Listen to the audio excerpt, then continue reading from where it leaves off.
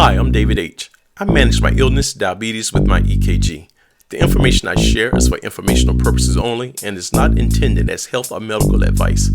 Please consult your physician regarding questions you may have about your health objectives. Okay, I'm here with a question that was posed to me. Because I put myself out there saying I'm diabetic, doing these videos. Anytime someone see me putting anything in my mouth they don't think I should have, they all will, you're diabetic, you shouldn't eat that. I put a piece of gum in my mouth, you're diabetic, you shouldn't have that. It's sugarless gum, But anyway, no, on a serious note, someone asked about, they see I do the drink recipes, what have you, but they thought if you're a diabetic, diabetes and alcohol didn't mix. Good question. Like I said, my team, they keep me honest and they push me. So before I answer that question, the number one answer, if you don't remember anything else about what I'm getting ready to say, the thing you should remember is consult your doctor. Consult your doctor if you're a diabetic or whatever illness you're dealing with and you want to drink alcohol. Talk with your doctor. I'll share with you my experience with it and why I feel comfortable drinking alcohol. But before you go down that path, just don't take what I did as the gospel, what have you, because that just what worked for me. You definitely want to consult your doctor. I remember when I first got diagnosed as a diabetic, and once I kind of got things under control, I did ask my doctor about drinking alcohol. And the reason why I asked, I also remembered about 30, 40 years ago, a long time ago, one of my buddies was diagnosed. I can't remember whether it was a type 1 or type 2. I want to believe it was type 2 because we was adults then, and anyway, different story. But anyway, I remember him saying he could no longer drink alcohol. And so that kind of stuck in my mind. So, fast forward, umpteen years later, I get diagnosed. And so I asked my doctor. Okay, his answer to me was, because by this time now, I was about 6, 8, 9 months in and managing my diabetes. And he said, hey, basically, because of what you're doing such a good job of managing diabetes, you shouldn't change how you consume alcohol. He said, then he asked me about how much are you consuming. And I told him maybe a couple of times a week, what have you, nothing earth-shattering or concerned. He said, oh yeah, no problems there. Just as long as you keep doing what you're doing, you consuming a few drinks during the week, it's not an issue. So that's how it somewhat worked. That's how it worked for me. Now, I did some research, what have you. I guess I did do some research even afterwards, and basically, alcohol does affect the glucose levels. So again, that's why I said talk with your doctor.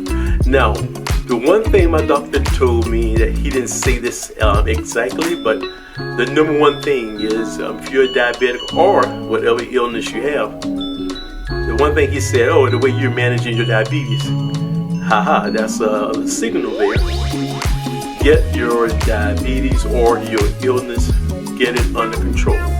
Now for diabetes, if you're managing it with meds or you're doing what I'm doing, diet and exercise, what have you, the main thing is to get it under control before you even start considering drinking alcohol. Now, my doctor didn't say those exact words, but that's what he meant in his one statement. You're doing fine, managing your diabetes. So that's what I inferred. And with my research, that's one of the main things that they say. Don't even go down this path if you haven't got control of your diabetes. If it's meds or if it's diet and exercise, the main thing you got to get it under control. Stop having these wild swing in the glucose levels, these spikes and stuff. Get that under control. The next thing, if you got it under control and you want to drink, the next word is moderation. Now what moderation is, I brought a piece of paper because I want to make sure I get it right. I didn't want to mislead or misinform. So let me get it here. Man, I'm having a hard time spelling these two sheets apart. Okay, basically what it is 1 drink a day for women, and for men it can be 2 drinks a day. Now, what is a drink, right? Well, basically a drink is, if it's a glass of wine, 5 ounces of wine. If you're looking at beer, basically that's 12 ounces of beer, 1 can. And then if you're looking at alcohol, basically that's 1.5 ounces of alcohol. You know, if you're just drinking spirits, basically a shot. Now, if you're a man, you can double that. You can have 2 beers, 2 glasses of wine, and 2 drinks. Got it? Now, the thing is in moderation. Now, the other thing too, you must understand how alcohol is going to affect your glucose levels. Actually, one of the things I did early on, even though my doctor now felt okay, but one of the things I did early on, I don't do it anymore. But I do recommend for you to try this. Maybe the next, if you first start consuming alcohol, the next couple of times you do it, take your glucose level, check your glucose level before you drink, then check it after you drink. Do that a couple of times so you can get an idea how the alcohol is affecting your blood levels. If you have some concern, talk with your doctor. And the main thing is with understanding that is, some of you are on meds, and so you need to understand how the meds are going to react to the alcohol.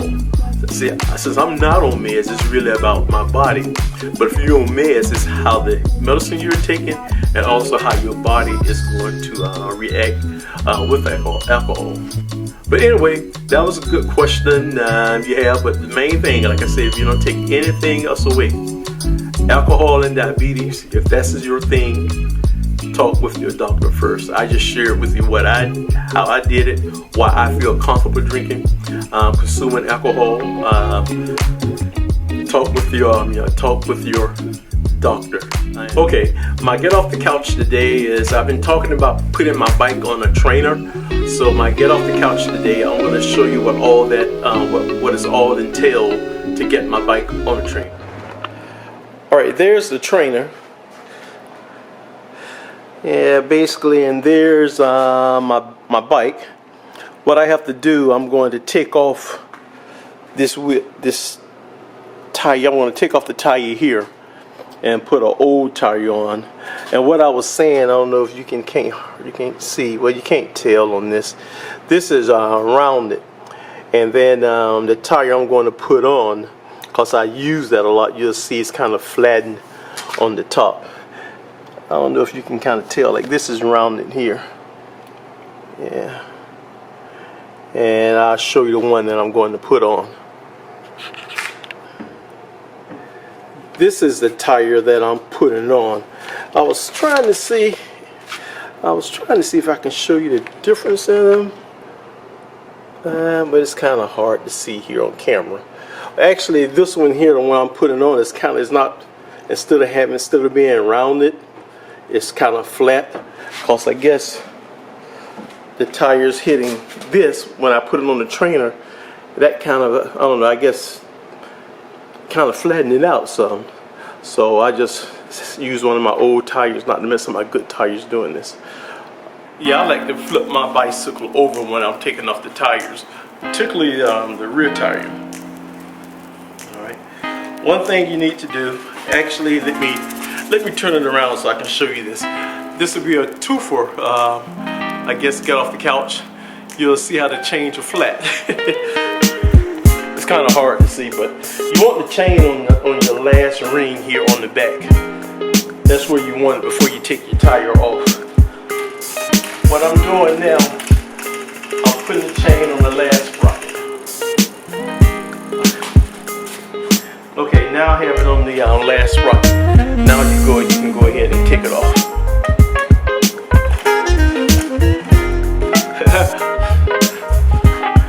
One thing I forgot to do, I was so interested in trying to show you the chain. One thing I forgot to do, I forgot to open up the brakes.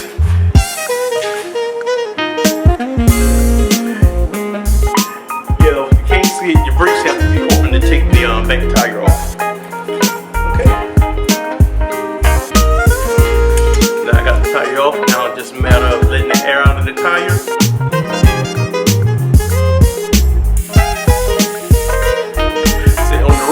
you have a flat, this will already be flat. You wouldn't have to let the air out. Another thing I use, I forgot what they call these, tire brackets, whatever. I use these to get the tire off. Basically, you just want to be careful not to pinch your tube there. So basically what you want to do is just kind of slide it right up under there. Can you see that? You're just going to slide it right up under there. Then actually what some people do, it depends on me. With me it depends on how bad my flat is, what have you. And then just start, you get the other one. You just start sliding it around.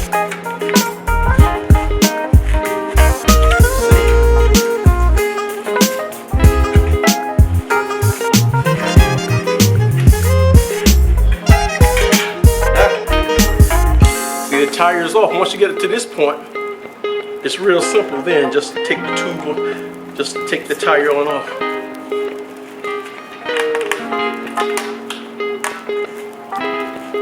Here it is.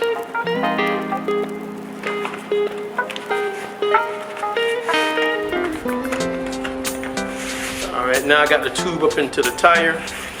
See, the tube is all the way around. Now just start pushing the other end of the tire into the rim. Lift. There you go. See, now it's all the way around. It's in there. Just check, it's in there, it's in there. Now, I got the tire right over here. Now what I need to do, I have this spindle here. I think that's what it's called. I need to replace the one that I actually use, and this is the one that came to use with the trainer. You'll see how that works when I mount the bike. So I want to take out the one that came with this.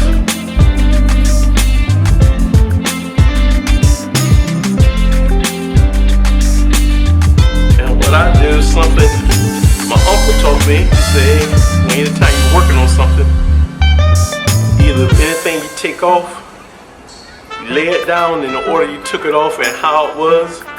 So the theory here is there was a spring on the other side. I just put the spring back on the way I took it off. So when I get ready to put it back on, I know how it goes. Alright, now I just put this to the side, save it until I'm ready to start using my bike again on the road. And I put the trainer spindle on. What did I say? See, I did the same thing, the springs are the way. It should go on. I take this off, like that.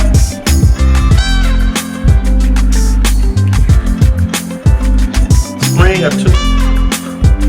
put it back on the way I took it off the last time. Voila, it's back on. I'll tighten it up once I put it all back on my bike there. See, by putting it in that last sprocket, everything just lines up right.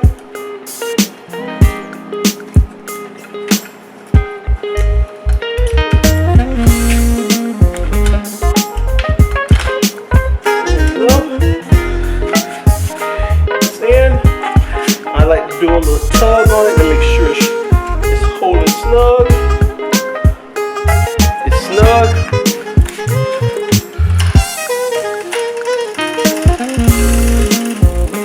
It works. Put some air in the tire.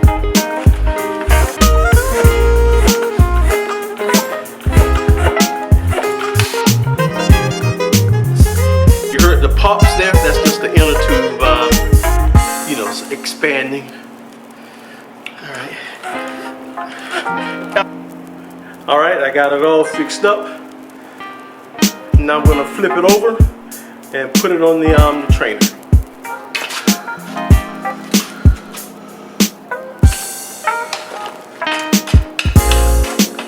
So that's why you, right here,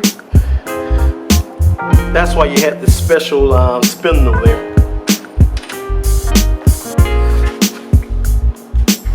Okay, I got it all set up. I'm going to put on my biking shorts and change shirts and give it a spin. See, can I get a few miles in? Found out I had a leak in a pipe, and which basically leaked down into the basement. Make a long story short, I had to have a plumber to come out. $200 more than since the last time you saw me. But anyway, I'm not going to let that stop me. I'm going to get my ride in. Going to try to get on this trainer here, and first time this winter. All right, here I go.